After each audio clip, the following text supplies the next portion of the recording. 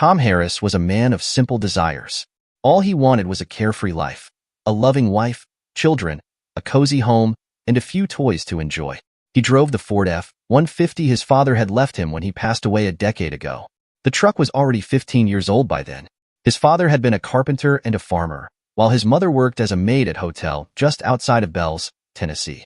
Tom grew up in Bells, a small town so tiny that when you saw the Welcome to Bells sign, the back of it said, "Thanks for visiting." He attended every school in town, Bells Elementary, Middle, High School, and Mini-Mart, since they were all housed in the same building. The only thing that kept him from being bullied was his sister, Amanda. Her boyfriend was the local tough guy, and anyone who messed with Amanda's brother quickly learned they were off limits. But like I said, Tom wanted nothing more than a simple life. School was fine for him. He had a few friends, a girlfriend, and a beat-up car, a bucket, that took him where he needed to go, maybe to see if he got it fixed up.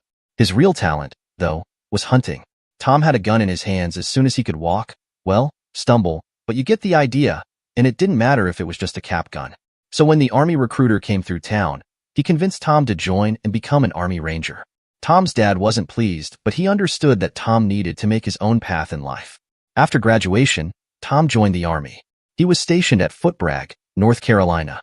When the drill sergeant first saw Tom, he told him, "Get back on the bus and go home. Ranger school is for grown-ups, not little boys." Tom was a little over 5 feet 7 inches and weighed about $150. But it didn't faze Tom. He was used to people underestimating him. After the first night in the field, the drill sergeant never underestimated Tom again. The drill sergeant thought he would sneak up on Tom, but instead he ended up looking down the business end of Tom's M16. It was 3 a.m., and Tom was the only one who heard the drill sergeant moving around in the woods. By the end of Ranger School, Tom was ranked first in his class. Tom did his parents proud. Time marches on, and by the end of Tom's enlistment, he had seen some action. Tom was sent on missions that left you wondering just where in the hell had he been, but Tom just kept to himself and never told anyone anything. While at his last duty station, Tom had gotten a degree in accounting in his off time. That's where he met Kathy. Kathy was a very good-looking woman. She was about 5 feet 2 inches, 103 pounds, with auburn hair with hazel eyes. Kathy turned heads wherever she went. Kathy was hot, and she knew it. Kathy was offered the moon by everyone on the base and in the town. But Kathy was looking for a certain type of man. Quiet, easygoing, and last, but not least, someone who she could control. When Kathy met Tom, she knew she found the perfect mate. The only problem was Tom knew she was out of his league and acted accordingly. When Kathy would smile at Tom, he would look away. When Kathy would walk toward Tom, he would walk away. Finally, one day Tom was in the chapel waiting on Saturday Mass. When Kathy saw Tom, she knew she had to move fast to catch him before he saw her. Kathy sat down on the pew behind Tom, and before she could tap him on the shoulder, Tom said, "Yes, what can I do for you?" That threw Kathy off a little, because she didn't realize that he knew she was there. Once Kathy smiled, Tom's heart melted, and that was it. That was all it took for their romance to start. From that moment on, they were a couple.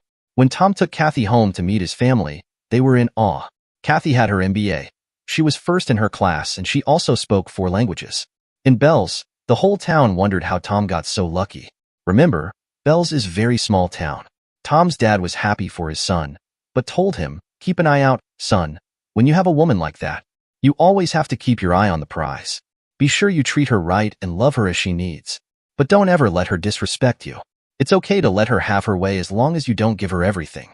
You have to stand up sometimes and say no." Tom made a promise to his dad that day, and he always kept his promises. Time flew by. In the blink of an eye, it was 10 years down the road. Tom had a nice little auditing business, and Kathy was a mid-level sales executive for a major department store. They had no kids and were the perfect little married couple. Things were going great as far as Tom was concerned. Tom had just finished an audit on a client's factory when he decided to stop by Kathy's office and see if she wanted to go to lunch. Tom had never been to Kathy's office before. He never wanted to interfere with her at work. Likewise, she had never called him at his office either. She would call him or leave him a message at home to tell him if she was going to be late. Once he found where Kathy's office was located, he walked up to her secretary, whose desk sat outside the office, off of the corridor. "Who are you?" Kathy's secretary asked him when he stopped in front of her desk. "I'm Kathy's husband," he informed her. She laughed and told him, "Just move right on." Kathy's husband is 6 feet 3 inches, blonde, good-looking, and he works upstairs. "Could you just buzz Mrs. Harris right now? I'm sure we can get this straightened out." Instead, the secretary called security. When the security men got there, they grabbed Tom to escort him out of the facility. Right at that moment, Kathy, not knowing that her real husband was being treated as if he were some sort of nut job, walked out of her office holding hands with the same guy that the secretary had described. Kathy was in shock, but she didn't say or do a thing as Tom was led away. Kathy never thought Tom would ever find out about her and her boyfriend Roger. She and Roger had everyone at work convinced they were married, but now things had gotten out of hand. As soon as Tom was escorted out of the building, he headed directly home to pack his things. Tom was crushed, but he also was a realist. Tom knew that Kathy's affair had to be a long-term thing. If the people at work thought she was married to the guy, it had to have been going on for a while. On the drive home, his phone rang. The caller ID showed it was Kathy's cell phone. He didn't answer it, but it just kept ringing. Tom threw the phone out of the window and kept driving. Once he arrived home, he started packing and thinking. Tom finally realized why Kathy didn't want kids. Well, not his, anyway. He was saddened by the thought, but it didn't really change anything. She had made a cuck out of him, and he wouldn't live with that. Can you imagine it? Kathy's secretary told her. That bland, little, nothing of a guy came right up to me and claimed he was your husband. That guy was delusional. They laughed at the thought of Kathy with Tom. I don't know what to say. I don't mean to brag, but honestly, in his dreams, Kathy agreed. It occurred to Kathy that she had always felt that she was out of Tom's league. After all, Tom was a simpleton and he had served his purpose. Kathy finished out the rest of the day at work and headed home. She didn't have any idea of what to do. She had screwed up, and now he knew what was going on. But she was convinced that Tom would listen to her, and she could think up some kind of lie that he would accept. When she pulled in, Tom's car was sitting in its normal spot. Kathy opened the door and called out for Tom. Nothing. It was eerily silent.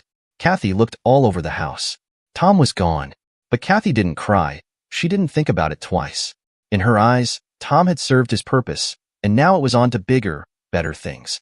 She was actually glad that she didn't have to explain the reality of the situation to him. 2 weeks later, while she was out to lunch with Roger, her work husband, and a couple of the company's VPs, a man dressed like a waiter walked up to her. "Are you Kathy Harris?" asked the man impersonating a waiter. "Yes," she responded, curious, but not especially worried. The man handed her a package and said, "You've been served." Kathy turned bright red, grabbed the envelope and ran for the ladies' room. Kathy was pissed. How could Tom have done this so fast? And what kind of gall, to have her served at lunch in front of everybody. By the time she came back from the restroom, Roger had straightened out the mess. He'd told the VPs that it was an insurance claim. Kathy was glad that Roger was there. 3 months later, Kathy was sitting in the attorney's office going over the divorce-related paperwork. Tom wasn't asking her for anything, but Kathy found out a few things herself. Well, Tom's attorney explained, Tom has sold his company. That got Kathy's attention. What? Who did he sell his company to? She demanded. His sister, Amanda, I believe, he calmly responded. For how much? She asked. For $2. You will get your check for your share in the mail once the divorce is final, he informed her, with a small smirk on his face. How can he do that? She asked her attorney. That company is community property, and half of it belongs to me. How dare he? And where is he anyway? Why isn't he here? She continued, her voice getting louder. Tom's attorney looked at Kathy and laughed. Then he picked up his briefcase and handed his card to her attorney and walked out of the office. About the same time, Tom was back home at his dad's old house in Bells, listening to an offer for the property. Since his dad had passed away, the farm belonged to him and Amanda. There was a rumor going around that Nissan would be opening a plant up in Tennessee somewhere. An executive VP in charge of development from Nissan was talking to Tom about building the plant in Bells, on Tom and Amanda's property. The farm was a little over 200 acres, so it was the size that Nissan had been looking for. That, combined with its easy access to the freeway, and that fact that a railroad line already existed on one side of the land, made it the perfect location. Everyone in the town understood the stakes involved, because Nissan building the new assembly plant in Bells would also draw other businesses into the area. Tom and Amanda agreed to the deal with a $35 million price to be split between the two of them. Nissan even signed a 6-year deal with Amanda's firm to provide consulting services. Tom asked the VP, after they had signed off on the land deal, "What are your plans, now that you have sold your business?" "I haven't really thought about what I am going to do for the immediate future, to be honest." "Why do you ask?" "Tom, we at Nissan have done our due diligence, and that included researching your background. We were wondering if you might be interested in becoming the new head of accounting for the plant. I think that I might be very interested. Of course, I would have to look over the whole package that Nissan offers. But my inclination is to say yes, Tom agreed. In the meantime, Kathy and Roger had gotten a tip that Nissan was building a plant in Bells. Kathy and Roger envisioned themselves as Bells' new power couple, but for that to happen, Kathy needed to be divorced. She decided to accept Tom's settlement and to put a rush on the divorce. She asked her attorney to push it through the court system as fast as he could, and 45 days later Kathy and Tom were divorced. A week after the divorce was final, Kathy married Roger in small ceremony at a wedding chapel in Las Vegas. Tom heard about it through the grapevine, and while he frowned, he didn't say a thing about it to anyone. Tom started at the new Nissan factory, where he put in his usual 110% effort. Top management recognized talent when they saw it, and in what seemed like no time at all, Tom was promoted to VP of Finance and Administration, which included the HR department. Tom directly reported to the executive VP of the region, a longtime Nissan employee, Alex Brown. Alex liked Tom's no-nonsense management style. It was 2 years after his divorce and Tom was doing very well. He was good at his job, and he enjoyed it. He had been very pleased with how his relationship with his boss, Alex Brown, had developed. They had a great deal of mutual respect and had become close to each other, each relying on the other's judgment. When Alex had asked Tom if he could come by his office, Tom had no idea of what to expect. And he was even more surprised when Alex explained to him that Nissan had purchased the department store chain whose headquarters were based close to Bells to keep it open and viable. Alex explained the situation and asked Tom to evaluate the new business, paying special attention to headquarters personnel and payrolls. Tom took the information back to his office, where they performed a detailed analysis. Then they assembled a set of recommendations to present to Alex. The bottom line was, it appeared that to stop the financial bleeding of the business, they would need to let go of about 10% of the people in management and nearly 15% of the hourly labor force. After Alex had received Tom's plan, it was time for the bad news to be given to management. Alex had all of managers come to the staging area where they had folding chairs set up. At the front were a pair of large tables on either side of a podium. Kathy and Roger were hoping that they could talk to Alex alone before the reorganization was announced, but Alex asked them to wait for Tom. Alex never mentioned Tom's last name. So when it was Tom Harris, Kathy's ex, who walked in, Kathy and Roger almost shit themselves. They were in shock. Alex couldn't help but notice the look on Kathy and Roger's faces. Alex said something in Japanese to Tom, who laughed and replied in Japanese as well. Kathy had no idea Tom knew any other languages. After all, Tom was a simpleton, right? She was bright enough to know that the fact that he was talking to management sent to this country from Nissan Japan, in Japanese, was a bad sign, at least for her and Roger. Alex introduced Tom to the gathered managers as the head of administration, which included both the HR and the accounting departments. Kathy sat there dumbfounded. When did this happen? When did Tom become the man? Where was she when this happened? Oh yeah, she was getting screwed by Roger. Kathy was so deep in thought that Roger had to elbow her to get her attention. At that point, Tom was explaining why, if they were laid off, they would not be getting severance packages. This was a surprise for Kathy and Roger as well as the other middle managers, because they knew that when the owners and top management sold the company to Nissan, they left with golden parachutes for themselves. But at this point, there was no money left in the business. In fact, Nissan was having to make major cash infusions just to keep the doors open. So the most any laid-off managers could expect would be the state unemployment compensation, which was a pittance. Tom also warned the middle managers about the upcoming cutbacks and how he and Alex had decided to cut 25% of middle management rather than downsizing the labor force. When Tom had finished with his presentation, Alex announced that HR would be speaking with each manager individually, and then they would determine who they would keep. They would be informed of when and where the interviews would take place, but they were being held ASAP. As Tom was leaving, Kathy tried to get his attention, but he just walked out talking to Alex. He never even looked her way. Holy shit. Roger turned and said to Kathy. Holy shit is right, she replied. And this is a discharge at will state, she added with a worried look on her face. Meaning? Roger asked. Kathy looked at Roger, wondering how he could have reached his position and still know so little about business. Meaning they can fire us for any reason, or no reason at all, Kathy explained. Roger looked at Kathy and thought for a minute. Kathy, he said, you are going to have to get back on the country bumpkin's good side. Kathy looked at him like he was crazy. And how, pray tell, am I supposed to do that?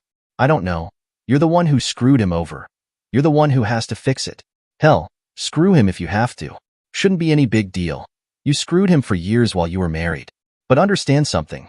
We have a mortgage on the house, and we've got bills to pay, and if either one of us is fired, we will be in deep financial trouble. Shit. And we don't even get the severance pay package that they promised. Those bastards. Kathy looked at Roger, but she didn't say anything. This was just another instance when Kathy felt like a hooker. Over the past few years of their marriage, if Roger needed to get someone on board one of Roger's money-making schemes, Roger would just pimp her out like a piece of meat. And when Roger wanted sex, he would just take it. He treated her as if she was his property. Kathy and Roger's appointment was set for that Saturday.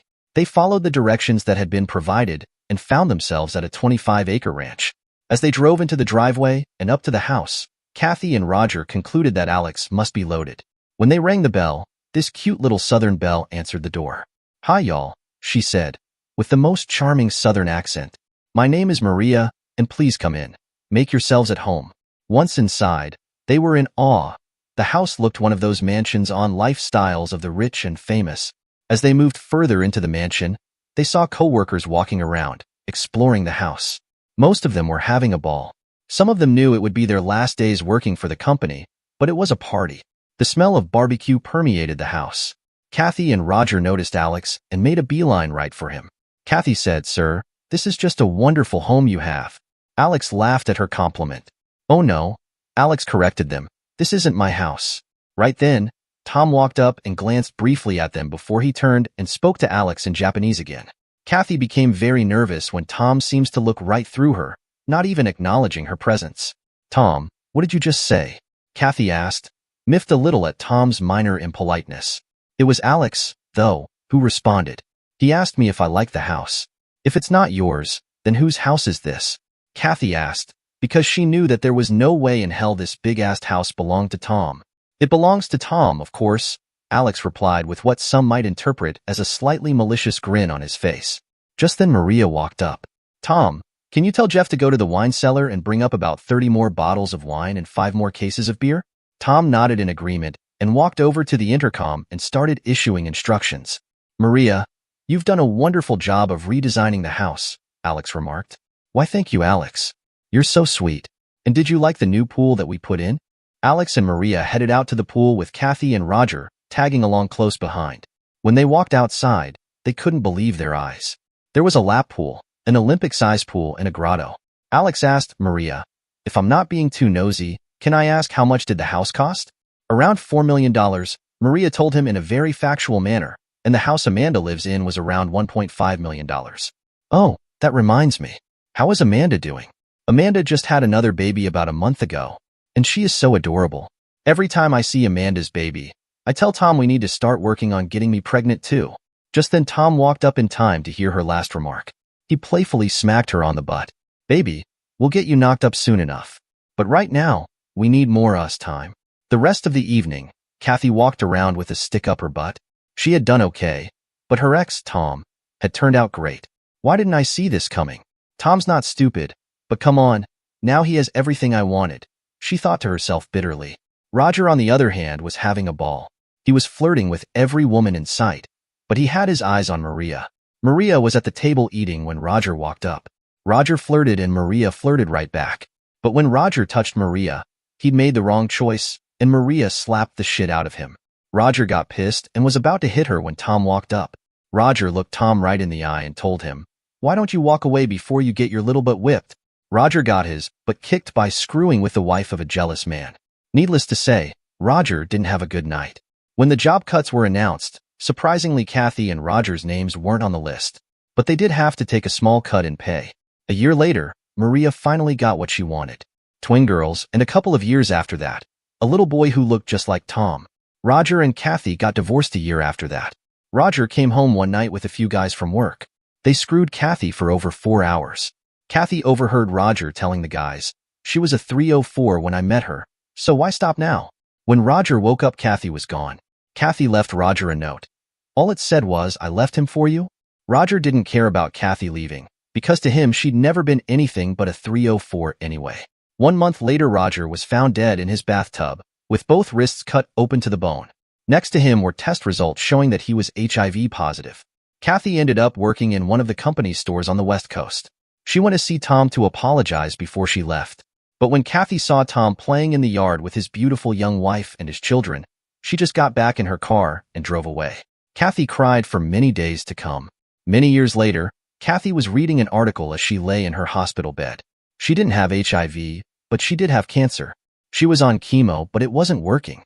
It was a feature article on CEOs of the Fortune 500 companies, and it was about Tom, Maria, their 5 kids and 15 grandkids.